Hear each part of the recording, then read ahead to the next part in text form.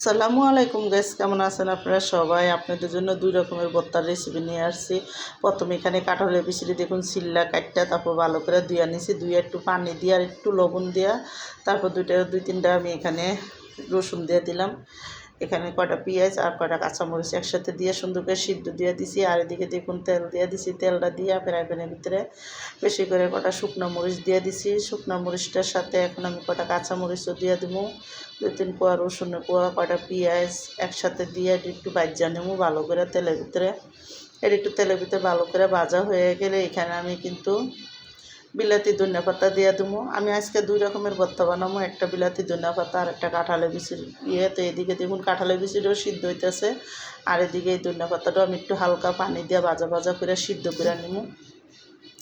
আর এটা ভালো করে চুলা গাছটা কমায় তারপর সিদ্ধ করুন। স্বাদ মতন একটু লবণ দিয়ে দিছি, লবণটা দিয়ে এখন এটি ভালো করে একটু করে নেব, ভাজা ভাজা করে একটু সুন্দর মতন করে নেব যাতে হয়। তো এটা একটু দেখুন এদিকে চুলাটা কমায় একটু ডাইকা দেবো যাতে সুন্দর মতন একটু পাতাটা নরম হয়ে যায়। আর এদিকে দেখুন যখন সুন্দর করে পানিটা শুকায় গেছে ভালো করে ভাজা ভাজা দিয়ে উঠাই নিছি। উঠাই এদিকে দেখুন প্রথমে আমি বিলাতি ধনিয়া পাতাটার ভর্তাটা বানাবো। তো এখানে অর্ধেকটি আমি সব কিছুই নিছি, খালি কটা শুকনো মরিচ রাইকা যা যা দিছি এই ভর্তার মধ্যে এটি সবই নিয়ে নিছি। আর এখানে দেখুন এখন আমি ভালো করে ভর্তাটা একটু বাটটা নেবো, আর ভর্তাটা বাটা হইতে হইতে তারপরে কিন্তু আমি ওই ভর্তাটাও বাটুম। তা আমার এই দুই রকমের ভর্তার রেসিপিটা যাদের পছন্দ তারা লাইক সাবস্ক্রাইব দিন, প্লিজ আমার ভিডিওটা বেশি বেশি শেয়ার করে দিন আর সাবস্ক্রাইব করে দিন। আর এইভাবে একবার হইলেও দুই ভর্তা বানাই দিই। এখানে অনেকই মজা লাগে বিলাতি ধনিয়া পাতার ভর্তা আর কাঁঠালের বিচির ভর্তা। তা আমি আজকে কাঁঠালের বিচিটা সিদ্ধ করে ভর্তাটা বানাবো।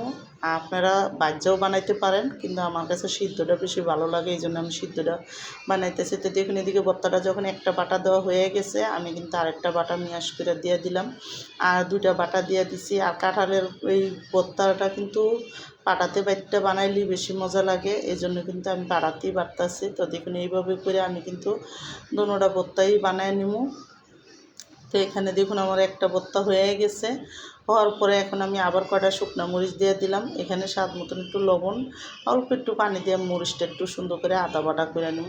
মরিচটা যখন আদা বাটা হয়ে যাব আমি কিন্তু এদিকে কাঁঠালের বিচিটি দিয়ে দেবো। রসুন কাঁঠালের বিচি একসাথে সব দিয়ে দিছি, দিয়ে কাঁঠালের বিচির ভর্তাটাও সুন্দর করে দেখুন এটির সাথে বাটটা নেব। আর এটার সাথে ভালো করে বাটা হয়ে গেলে তারপরে কিন্তু আমি আরেকটা বাটা দেবো।